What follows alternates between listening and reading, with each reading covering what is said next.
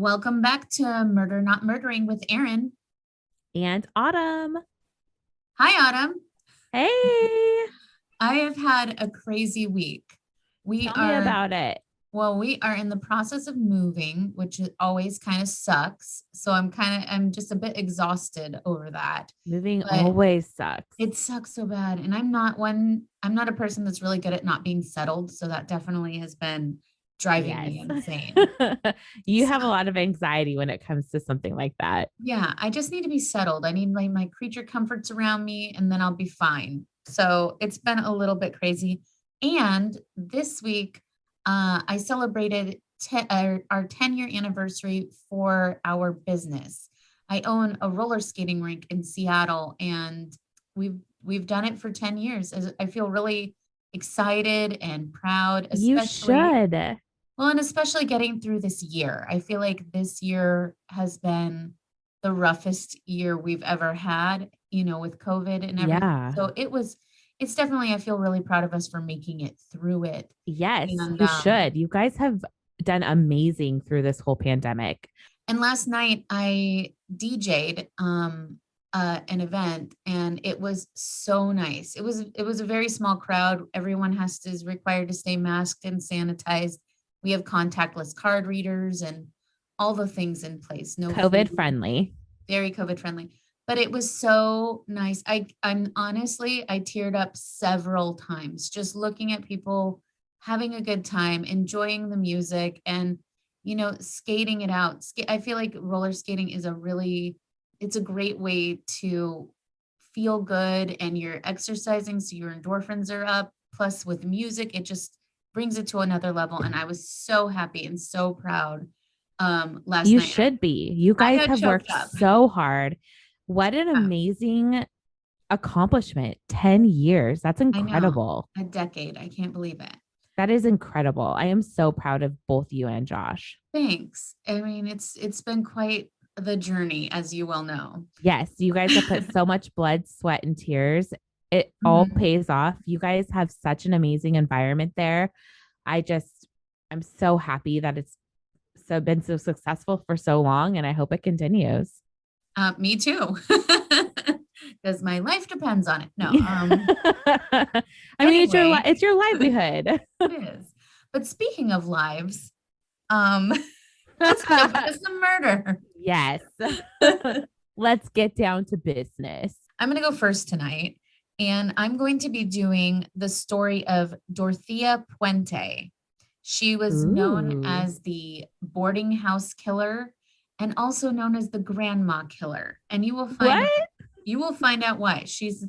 Well, yeah, you'll find out why. I'm excited. So I I'm want going to to hear jump about this. I'm going to jump right in. Dorothea Puente was born January 9th, 1929 in San Bernardino, California, to two alcoholic parents who were abusive to her. It's kind of Ooh, that's too awful. bad. Yeah, her dad was a cotton picker, and apparently they had a lot of trouble making money, and she had to go in very often find food. It was a very neglectful childhood. But before the age of 6, both of her parents had passed away. So she ended Oh up, my gosh. I know, so she ended up in an orphanage where she grew up. That I'll is just give you a little heartbreaking. backstory about her. In 1946, she married her first husband, first of many. And no judgment, Yeah, no judgment. but you'll see why. He died 2 years later of a heart attack. And this was the first time she began forging checks.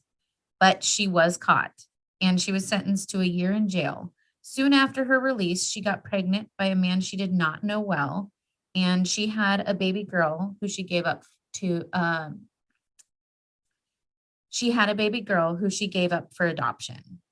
So in 1952, she married a Swedish man named Axel Johansson, and he was not a nice guy.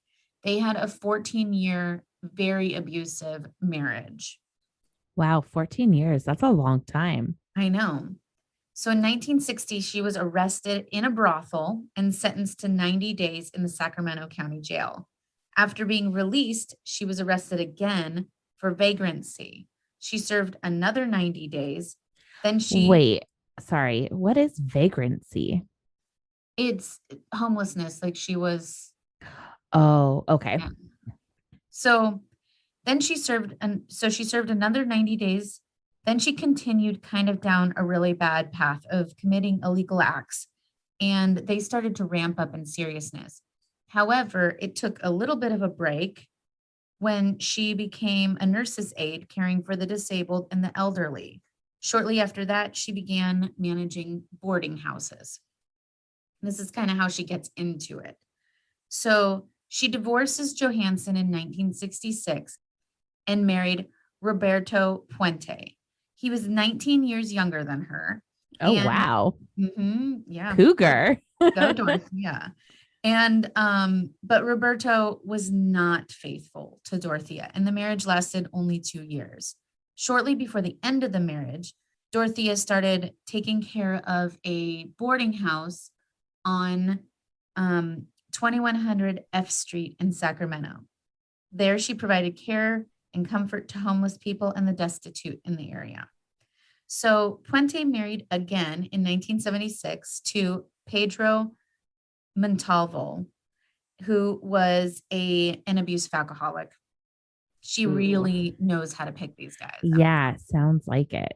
The cycle of abuse is clearly alive and well for poor Dorothea. Well, not that poor. You'll find. Anyway, it's like I feel bad, but right. the marriage lasted just a few months. It was a bad relationship, again, abusive. So it just lasted those couple months.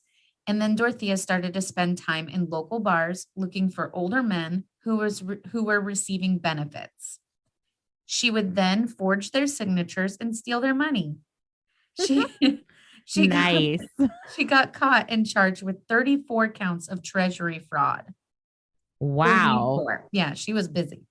She was Well, she was definitely getting busy with those checks. the worst part is while she was on probation, she continued to commit the fraud, the same fraud, just kept doing the same thing while she So was on she probation. gave no shits. No shits at all. 1981, Dorothea began to rent a room at 1426 F Street. This is not the same place she was previously managing. This is a new place. And this is the place that she will be charged for the 9 murders that she committed. So at this point, she has a baking partner in business named Ruth Monroe. It's April 1982. 61-year-old Ruth Monroe was urged by Dorothea to move in with her. She had a husband who was sick and passed away, and she was lonely. So Dorothea said, "Come on, move in with me." That was a bad idea. Yeah, So she's not that trustworthy. no. So She probably wants her money. yeah, well, 2 weeks passed, and according to William Clausen, Ruth's son, he noticed changes in his mom. For instance, she was not someone who drank a lot, and when he went to visit her, he would visit her every night after work. He'd just stop by the house on the way home and just have a little visit with his mom. He noticed that she was drinking an alcoholic beverage, and he said, "Oh, mom, I know you don't really drink. Where'd you get that from?" And she said, "Well, Dorothea made it for me to help me calm down." That seems a little suspicious, and it's Yes, suspicious to him. very suspect. And he finds it really strange because that's just not normal for her. So on April 27th, 1982, William found his mother in her bed, unable to speak or move. After being assured by Dorothea, who was caring for her, that she would take care of her, he went home that night. Unfortunately, Ruth Monroe died during the night. Oh no. The autopsy said it was an undetermined overdose, which meant that they suspected that it was a suicide. She had a mixture of drugs in her system, and Dorothea told the police that she had been very, very depressed and also thought it was suicide. Although Ruth's family adamantly said that she was very happy and cheerful, and this was not like her at all. And her son, who visited her every night, said she hadn't seemed depressed or anything. So it seemed suspicious. and they suspected Dorothy may have had something to do with it. However, the police did not, and they just kind of dropped it and moved on. So in 1988, now Dorothea is taking in boarders at the F Street Victorian that she's living at. And at this point, she claimed to be a nurse during the war and also seemed very grandmotherly, like a very sweet, caring older woman. And she claimed to be a nurse in the war. Yes. So she had white hair and she was missing her teeth, which also Oh, added to which also added to her seeming like she was an older lady. yeah, for sure. But she seemed to be older. However, the police were surprised to find out later on that she was only 59. But I'm sorry, what? she was only 59 years old, but she told the social workers that would bring people to come and stay at her boarding house that she was in her 70s. What the heck? Most women lie about being younger than they are, Right? not older. But when you see pictures of her, and we'll post them on Instagram, and you'll see she looks like a sweet old lady. I mean, she's got Sophia Petrillo vibes. Like well, Sophia wasn't as sweet, but she has like Some Golden Girls vibes going on there she's like very little old lady with her little white hair and everything. in her And little she's, wicker purse. oh my gosh. Well, you'll see when you look at pictures of her. Nevertheless, she gets in really good with the social workers in the area. She takes in homeless people. And the other thing that they like about her is that she would take on anyone with any type of ailment, from mental illness to alcohol and drug addiction. And one such person is Judy Moyes. And Judy Moyes worked for the Volunteers of America program. She was a social worker looking for a place for a man named Alberto Montoya, who I will refer to from here on out as Bert. Dorothea seemed to have a really wonderful place. People would come and go. And she just, again, seemed very sweet and grandmotherly. Another resident she had was Benjamin Fink. He disappeared not long after Bert arrived, but no one thought this was suspicious because he was a transient and it was common for him to come and go a bit. Also, it was not uncommon for several of Dorothea's boarders to come and go just because of the nature of how they lived. Yeah, when you have a boarding house like that, I imagine that people are constantly coming and going. Exactly. But the good thing about Bert is he was flourishing. According to Judy, his hair, she came to visit him. He had a great haircut. He had nice, clean clothes on and seemed in really, really good spirits. Then a few weeks went by and Judy didn't hear from him. She started to get worried. Bert was a diagnosed schizophrenic, but this was not common behavior for him. It was not common for him to just be in and out of places. So this is starting to raise her suspicions. So she calls Dorothea, and Dorothea claimed that a family member had come while she was at church and took him to live in Utah.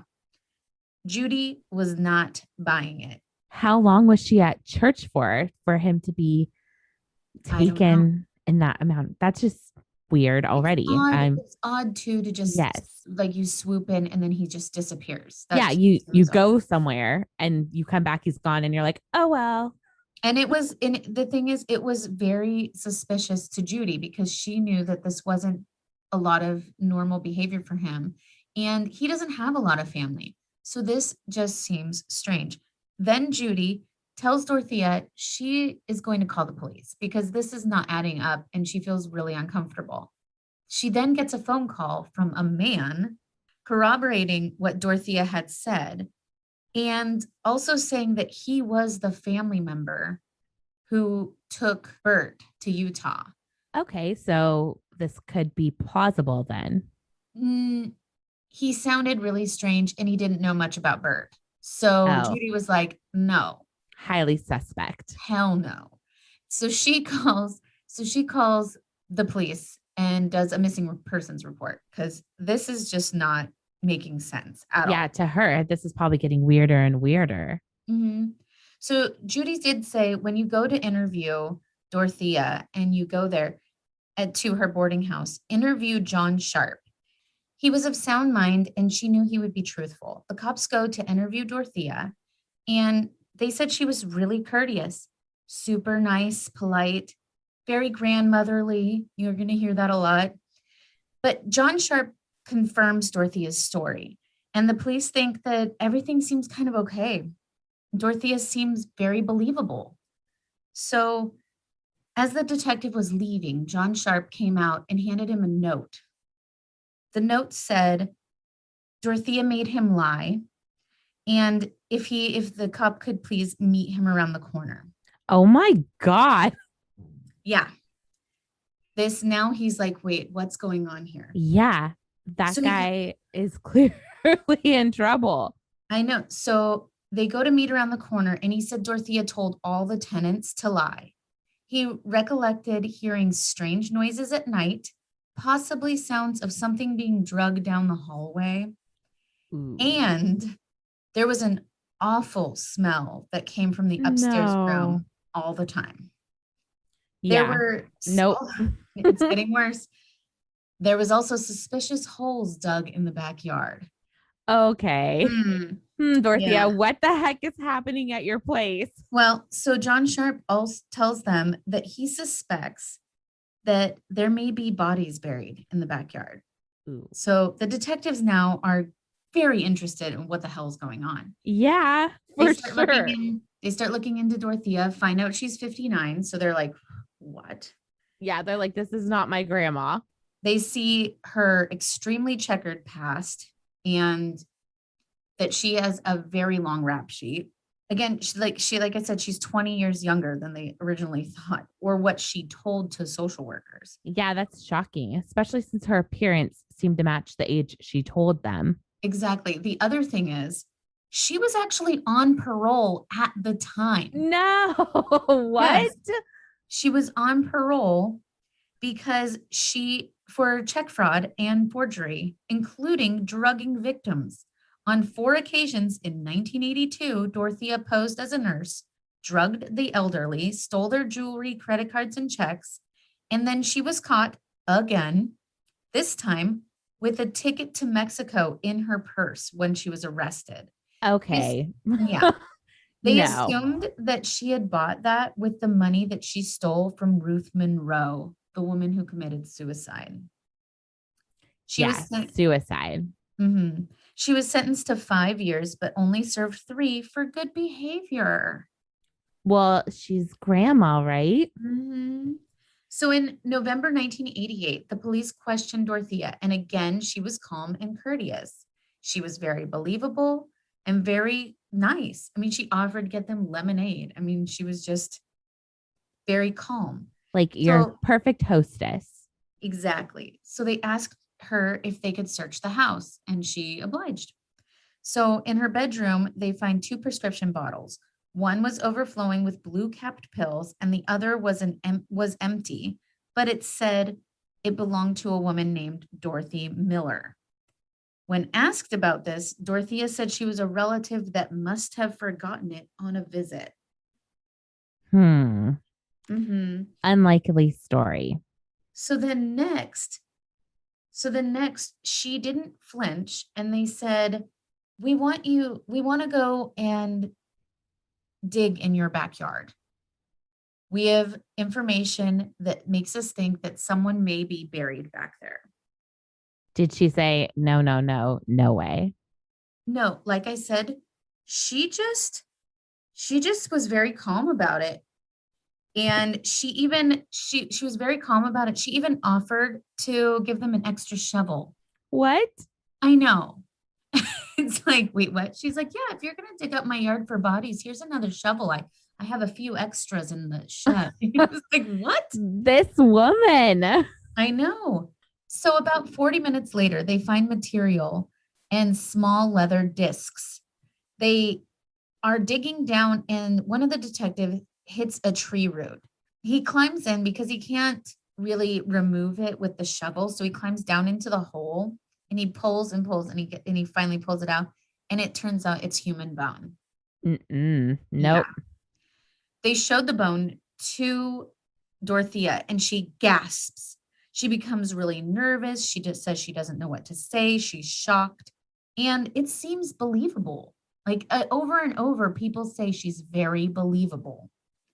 Yeah. I mean, she may be some kind of check fraudster, but she seems like maybe she might not know about those bodies. I know. You just don't know what to think.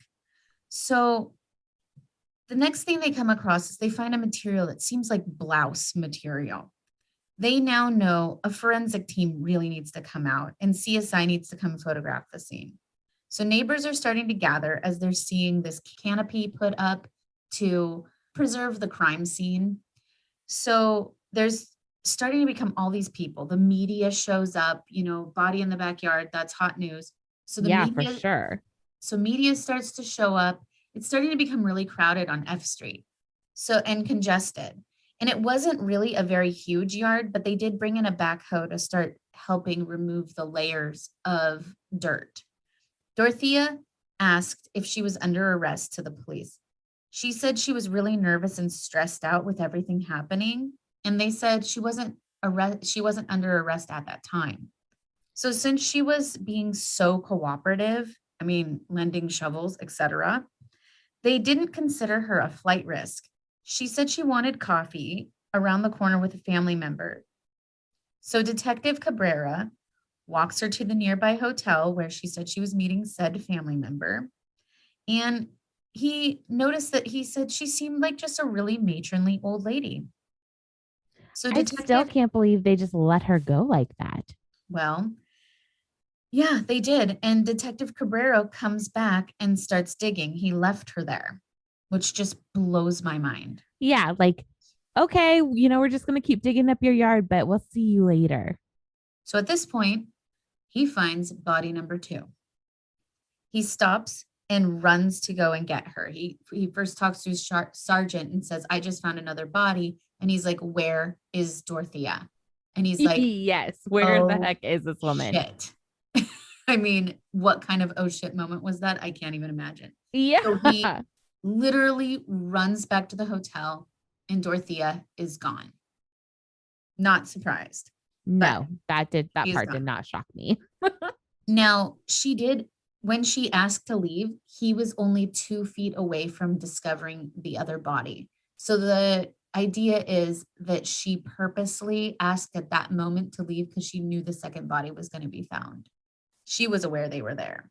So then they find a third body and there's a complete media frenzy. It's kind of a quieter area in Sacramento. So a lot of things weren't really happening there. So there's this huge media frenzy. The neighbors tell the police that in May, there was a smell coming from Dorothea's place that he could not even deal with. It was like a really rancid smell, so bad that he could not use his air conditioner because the smell would permeate into his house. Oh, no. Yes. He asked Dorothea about it, and she said it was just fertilizer she used in her yard. No Gross. way. Yes, so Mm-mm. gross. Nope. No. So that same day when they went to go question him, the neighbor said he found this box with 24 gold and silver teeth. That was Teeth? teeth. Yeah. They were thrown in. What the idea that the cops have is that she had thrown them in the backyard as she knew that they were going to go out and check because Dorothea is not going to pass up some money. No, So obviously she, not. but it would be obvious that that would come back and get her. So she just tossed him over the fence and they were in. That poor neighbor found teeth in his yard and he couldn't turn his AC on because it smelled like dead things. Jesus Christ. So That is disgusting. it's awful. So they identify one of the bodies as Dorothy Miller, the same name that was on that prescription pill bottle. They find 2 more bodies, and the smell was so bad that everyone was wearing masks, and which we're all used to now, but at the time it seemed very strange because literally everyone had to wear masks. So they go and they're continuing to do this investigation, right? They find out that that Dorothea paid parolees from a halfway house to dig holes in the backyard, but she didn't tell them what it was for.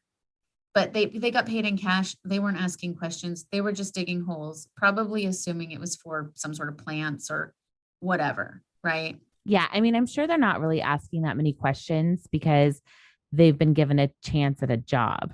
Exactly. And that was another thing that made her appealing to social workers is that she hired parolees to help with housework and things around, not housework, but things that need to be fixed around the house.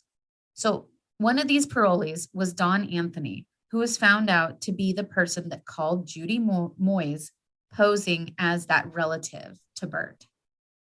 So that phone call that she got that said that it was his relative, that was Don Anthony, the parolee. Yeah, so I definitely don't believe anything this woman has said ever now. Right. But this was another link to Dorothea specifically. Right. Like the grandma lady. I don't believe her anymore. So then they pull down the shed in the backyard and they find a shallow grave. Another body then was found in the front yard, right next to a Virgin Mary statue. And that's the strange thing about that body is it was found without feet, hands, or a head so that it wouldn't be able to be identified. Very sneaky. And sad. I mean, That, yeah, it's really sad. the detectives find over 300 items of evidence in her house. One of the main things that they found on the coffee table was a book titled Drugs and Their Effects. Stop. No. No. Open, sitting on the coffee table. I mean, What? oh my She's God. like she gives no shits. She's like, It's like what if she had also a book that said like how to bury bodies in the backyard. I mean, Yes. it's crazy.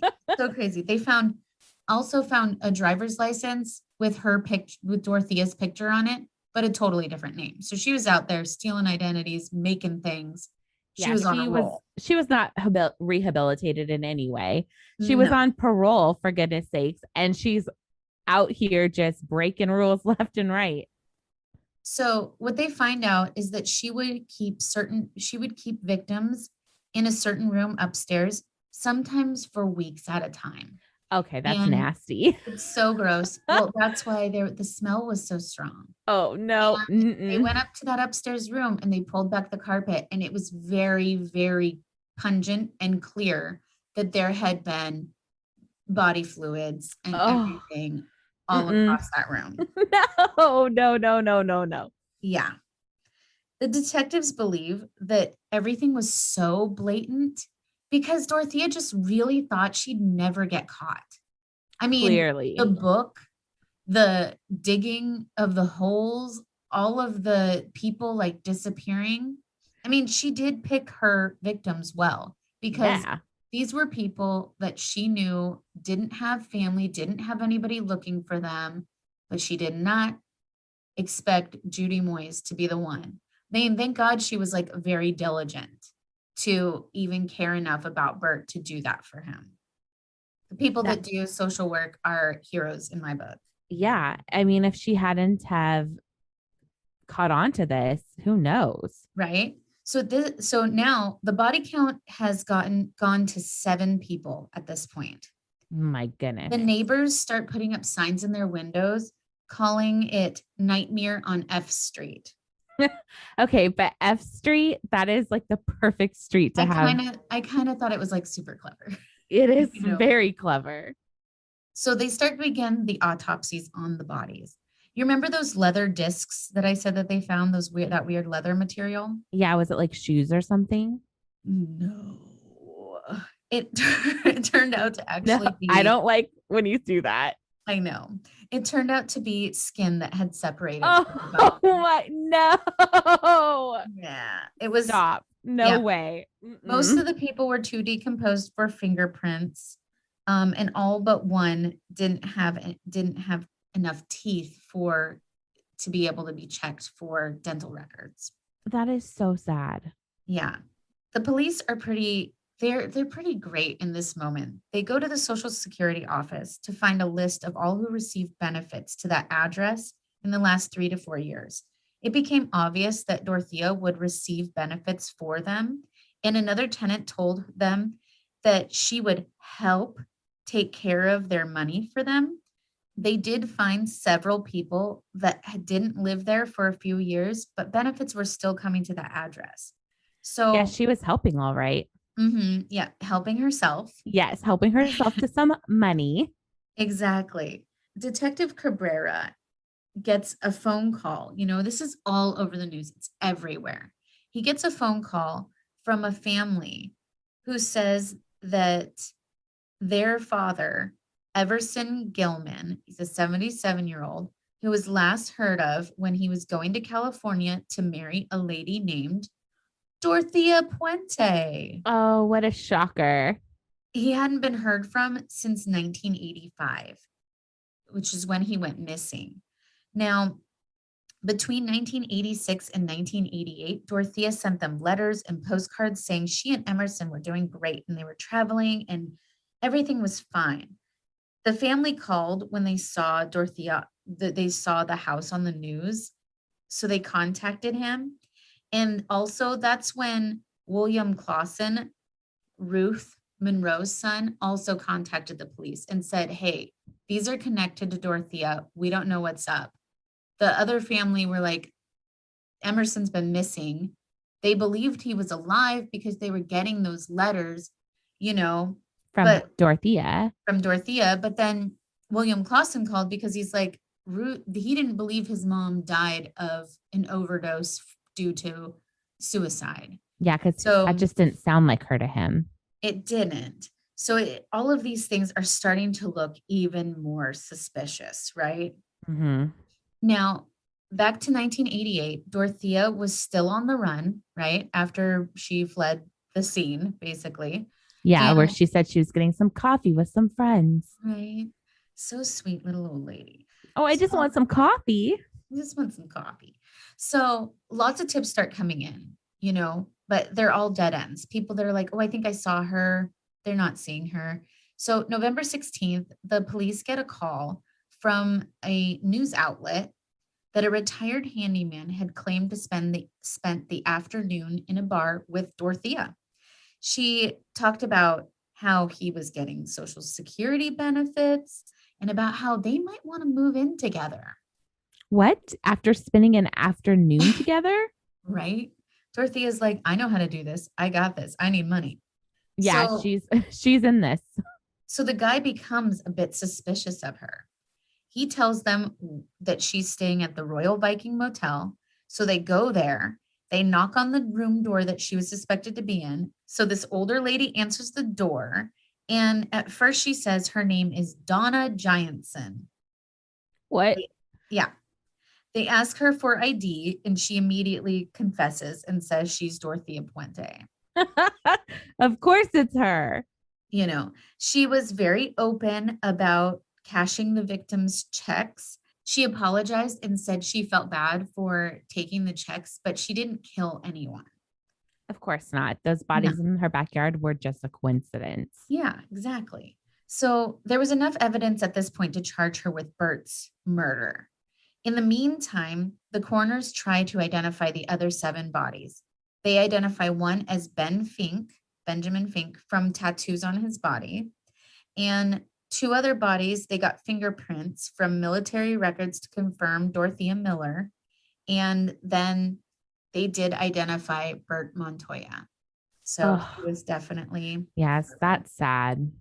All of them Soon- are sad. They are. So soon the rest are added to the list. It's James Gallup, Leona Carpenter, Vera Faye Martin, and Betty Palmer.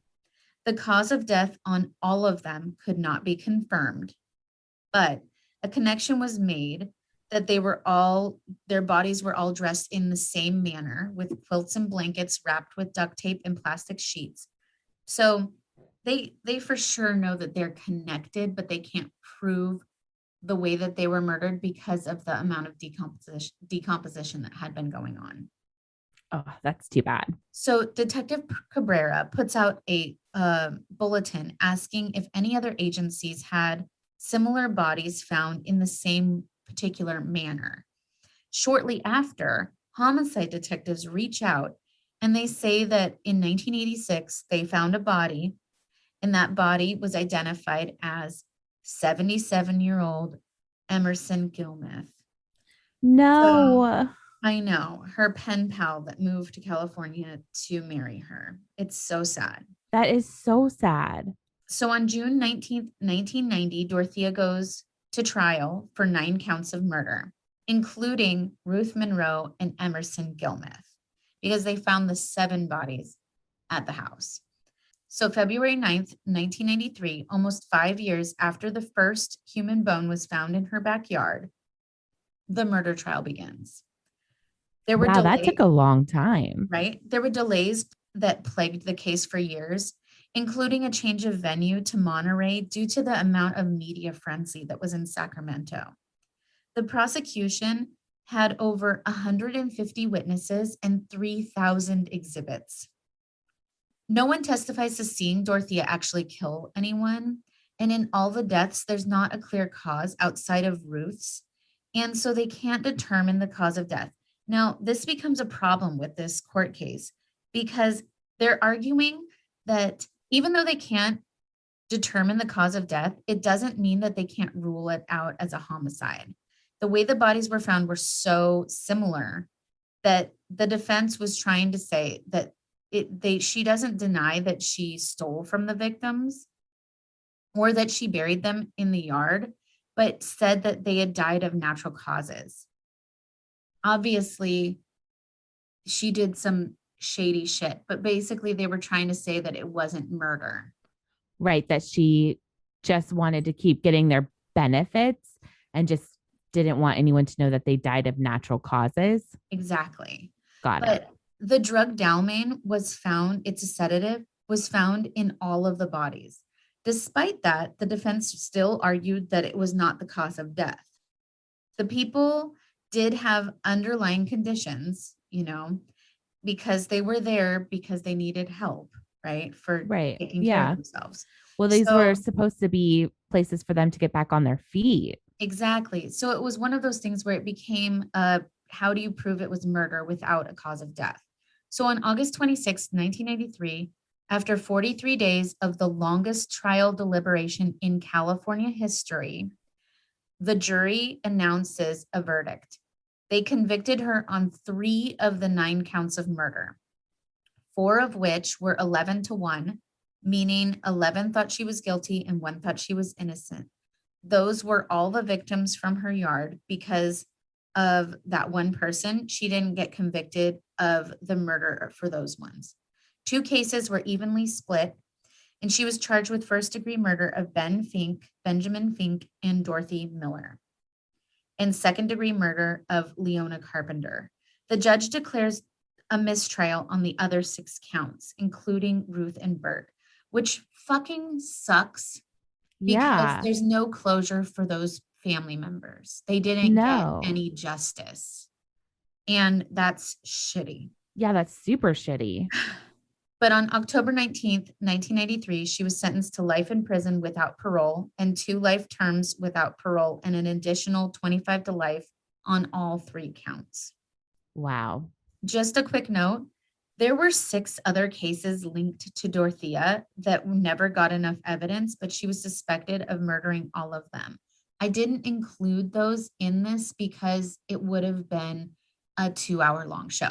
So, but in the wake of this case, it changed a lot of things with Social Security. So the regulations were tightened and a national database was set up to help keep track of recipients' whereabouts.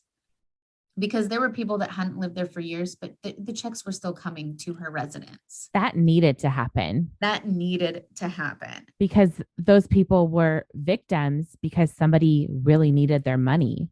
Exactly. So Dorothea Puente died in prison on March 27th, 2011.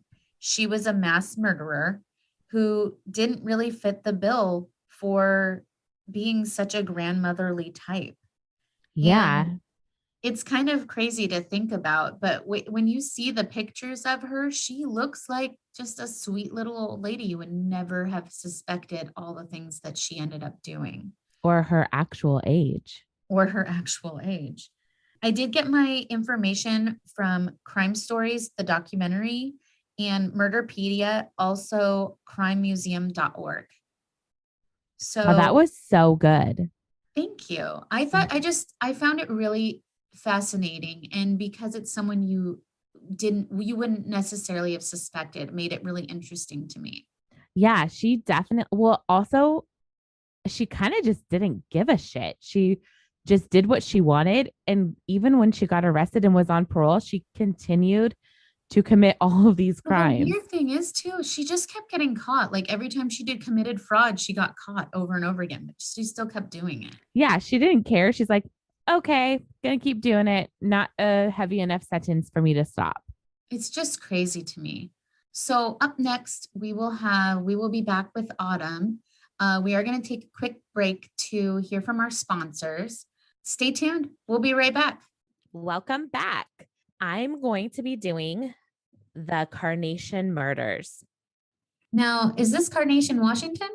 It sure is. Oh boy. Okay, I'm ready. This is a local one for us. I like a little hometown story. On December 26th, 2007, 6 family members were found murdered in Carnation, Washington, a small rural town 25 miles outside of Seattle. The population is just under 2,000 residents. So it's a super, super small town. You have family out there, don't you? Oh, yeah. You're like, oh yeah, that's not my family, but yeah. Yeah, I have family members that live there, but they're not part of this story.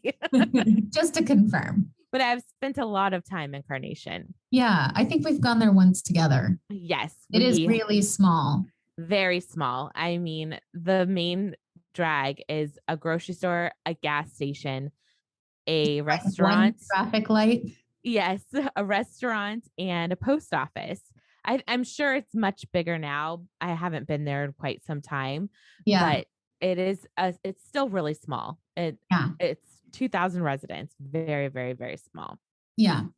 So the victims were identified as husband and wife, Wayne Anderson, 60, a Boeing engineer, and Judy Anderson, 61, a postal worker. The couple's son, Scott Anderson, he was a construction worker. He was 32 years old. And his wife, Erica Anderson, a homemaker, who was also 32. And Scott and Erica's children. No. Yeah, 6-year-old Olivia and 3-year-old Nathan. No. Yeah, that part is just really hard to digest. Yeah. The bodies were discovered when Judy's coworker, Linda Teal, went to check on her because she failed to show up to deliver mail the day after Christmas. Linda called 911 and the police came out to the property to investigate. While the police were there, the couple's youngest daughter, Michelle Anderson, and her boyfriend, Joseph McEnroe, both 29, arrived on the scene. Michelle and her boyfriend had moved into a trailer on her parents' property about a year ago. The couple had met online, and McEnroe moved to Arizona to Washington to be with Michelle 5 years prior. Neighbors of Michelle and Joseph from their time at a trailer park in Falls City, Washington, described them as paranoid and broke. They had all of their windows in the trailer blacked out, so you couldn't see in, which also meant they couldn't see out. But I mean, they blacked out all of their windows. They were paranoid. Very paranoid, and could be heard having explosive fights over money and talking about people being after them. Huh, that's suspicious. Yeah, and it's not a good combo when you're fighting over money, you're paranoid with all of your windows blacked out. It just is that's not a good look. No. The couple paid the $390 a month rent on time, but financial struggles led them to move on to her parents' property. McEnroe's mother, Shawn Johnson, who lived in Minneapolis, had been looking for her son for 5 years. The last time they spoke, he was mad at her for being evicted from an apartment that he had co-signed on, ruining his credit, he claimed. Oh, wow. Yeah, so his mom, he co-signed for his mom, and then she ended up getting evicted, so it destroyed his credit. Yeah. And that made Michelle very angry because it prevented them from leasing an apartment in Seattle that the couple had wanted. So he was pretty nasty to his mom. Okay. When he was blaming her for ruining his credit. Yeah. And the last time she heard from him, he was moving to Washington to be with Michelle and had hoped to be married with a baby within 2 years. Well, those are some plans. Yeah, but he never called her again. That was the last time they spoke. Michelle described herself as the black sheep of the family and was heard always talking about how poor she was, but how her parents had a lot of money. This seemed to make her very upset. She would talk about it to anybody that would listen. And she would always talk about how her and her boyfriend, Joseph, were constantly struggling financially. Michelle and Joseph were brought in for questioning by the police once they arrived on the scene and eventually confessed to the murder of her family.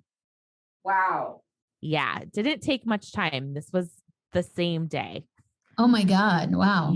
According to police, Michelle had told them she was tired of everybody stepping on her.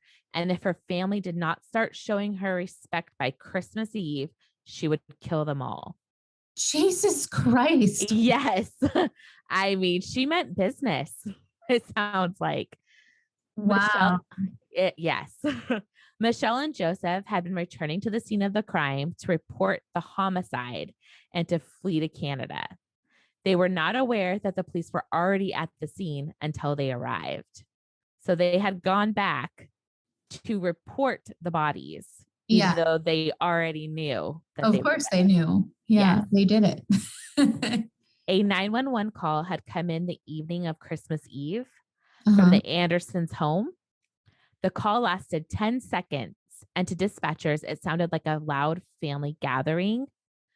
So they sent 2 officers there. And when they got to the home, they saw a locked gate leading to the property, and they didn't investigate any further. Oh my God. They left. What? Well, Yes. I wonder if that was a last ditch effort to try to get some help. We're going to find out. Oh no. But it's believed that when the officers did show up, that it wouldn't have done any good if they had gone, that the victims had already been dead. Oh. So who called 911? I'm about to tell you, friend. Sorry, I'm like so anxious. I know. It's strap in. It gets worse. From court documents, this is an account of what went down on that Christmas Eve in 2007. Oh my God. Michelle had claimed to have lent her older brother Scott money, and he never repaid her. Her parents had also asked the couple to start paying rent for the trailer on their property. Anderson and McEnroe arrived at Judy and Wayne's home for a Christmas Eve celebration, bringing with them handguns that they had purchased from a pawn shop over the summer. Wow. Judy was in the back room wrapping Christmas presents for her grandchildren, and McEnroe went into the room to join her. Michelle shot at her father, Wayne, with her 9mm gun, but missed. What? Yes. Hearing the shot, Judy and McEnroe ran into the room, and McEnroe shot Wayne in the head. Oh my God. Yeah. Judy began to scream. Of course, I would have done the same. Of course. And McEnroe turned his gun on her, shooting her. Oh my God. She fell to the floor, still screaming. And McEnroe apologized to her and then shot her in the head. What? Yes. So knowing her older brother, Scott, and his family were going to be arriving shortly for a planned Christmas Eve dinner, they dragged the bodies to an outdoor shed, cleaned up the blood, and burned evidence in a fire pit. Oh my God. Yep. When Scott Anderson arrived, Michelle confronted him about the money she said he owed. And she just killed. Yes. Oh my God. She's like, yeah, where's my money? Yep. She killed her parents and confronted her brother when he arrived about the money he owed her. And he charged her when she pulled out her gun on him. She said she thinks she shot him up to 4 times. She shot his wife, Erica, twice before she reached for the cordless phone and dialed 911 for the 10-second phone call. Yep. For that 10-second phone call for help that never arrived. Oh my God. Isn't that heartbreaking? It is. McEnroe ripped the phone out of her hands, took the batteries out, and smashed the phone to the ground. Can you even imagine what that No, would feel like? You're dialing for can't your put myself, life. I cannot put myself in those shoes. That No. makes me too crazy, but that is just unbelievable. Yes. So she called for help, but unfortunately it just never came. Erica pleaded for her and her children's lives, telling them, "You don't have to do this." To which they replied, "Yes, we do." And McEnroe delivered the fatal shot to Erica in her head. Oh my God. Michelle requested he shoot and kill her niece and nephew, Olivia and Nathan, because she didn't want any witnesses that could turn them in. She also claimed she was doing them a favor because they would be messed up in the head with witnessing the deaths of their parents. Oh my God. That Like is so that, sick. yes, that is so twisted. That is not justified. No, These killing innocent anyone, little babies. no matter what, whomever it is, it's never justified to kill anyone. No, never. That is just the spouting of off of someone who wants to be able to say that there was a reason for what they did. Yes, she's justifying her actions. Mm-hmm. And there is no justification. No. They were arraigned on January 9th, 2008, and were being held without bail. The prosecutors had stated they were going to seek the death penalty. So I have a quick question though. Yeah. Whose account was that of that you just told us? Court documents. So this is what. Those are from court documents. So jumping ahead to 2014 to the trial and sentencing. So this is kind of a weird coincidence that yours took 5 years and this one took quite a bit of time as well because the murders took place in 2007. Yeah. And that is so strange. Yes, and the sentencing isn't until 2014. Oh my God. So McEnroe confessed to the murders in trial in 2014 to avoid being executed. December 16th, 2014, a 16-member jury was selected to hear his case. On March 25th, 2015, he was found guilty of aggravated first-degree murder on all 6 counts. And on May 13th, 2015, he was sentenced to life in prison, avoiding the death penalty because of a statewide moratorium on the death penalty by Governor Jay Inslee. Who is still our governor to this day. He sure is. On March 4th, 2016, Michelle Anderson was found guilty of 6 counts of aggravated first-degree murder. On April 16th, 2016, she was sentenced to life in prison. Mary Anderson, the couple's eldest daughter and only surviving member of the family, was upset how drawn out and long the process was for the conviction and sentencing. Well, of course. And I don't blame her. She just wanted the trial to be over and for them to be sentenced. Well, yeah. It just dragged on and on and on. And they had confessed. That's ridiculous. Yes.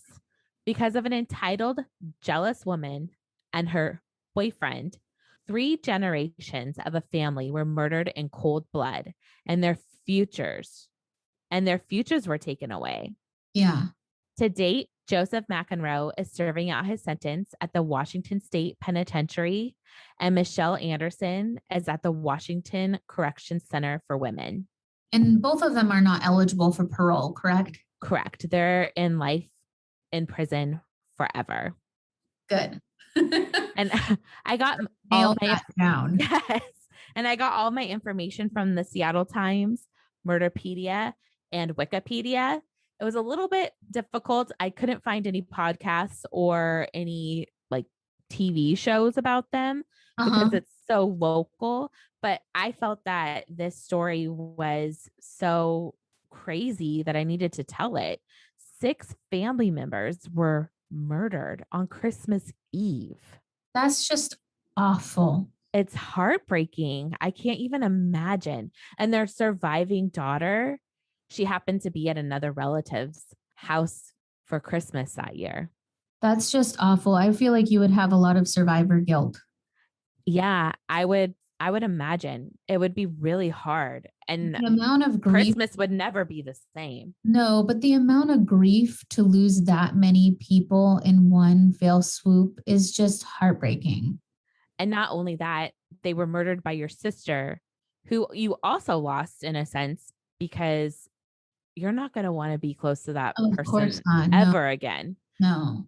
And even though they're alive, they're pretty much dead to you, I would assume. Absolutely. There's no way you can ever. I mean, it would take a way better person than I am to be able to forgive somebody for something like that. Yeah, I just don't think I could. I don't think I could. I absolutely couldn't. That's just it's just so intense. I just couldn't ever imagine. Yeah. We just keep doing this though we didn't know each other's stories. No. And there's always, when you said that long trial, I got a little smile. I'm like, well, there's our connection. There's our connection again. Speaking of connections, I wanted to ask you, how's Katie? Stop it.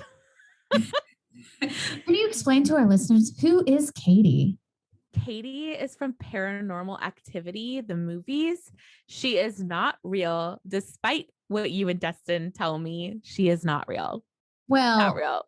But Dustin is insinuating that the pink velour tracksuit haunting is Kate, correct? Yes, you both. You were awful. Anybody put a name to her? Well, that's his go-to name for any kind of creepy thing that's going on. He's like, oh, it was Katie. Or if a glasses moved and I'm like, that's weird. And he's like, yep, it was Katie. Oh, I mean, it makes sense. Or the two of you. I have no idea. Of course, I had to find my significant other that's just like my childhood best friend. Well, you get that sense of humor, right? Yes. And you guys are one day apart in birthdays. That's right. So I will never forget either of your birthdays.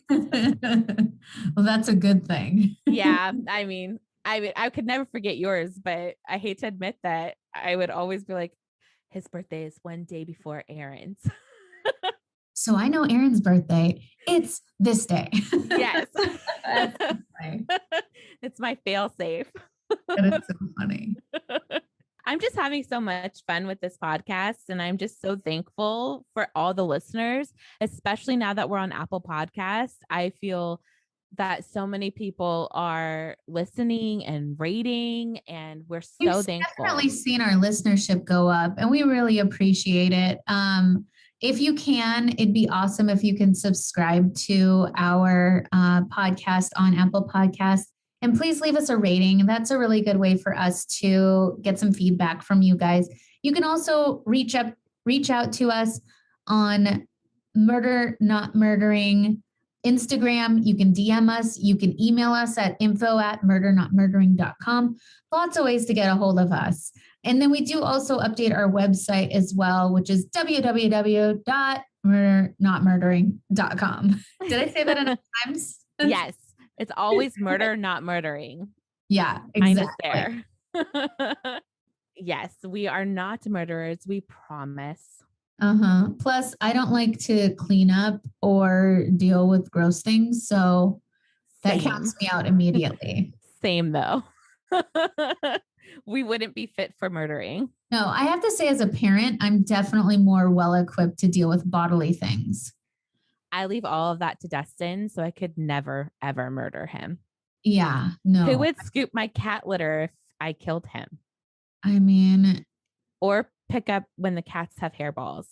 That is the grossest. Yes, mischief and mayhem, you would be on your own. Mommy would not be picking those up. I seriously don't know. I mean, I had cats when I was a kid, but I had hardly any recollection of any of that. Now, having a cat as an adult, I'm like, oh my God, dude. The first time he did a hairball, I think I even sent you a picture of it. I was like, yes.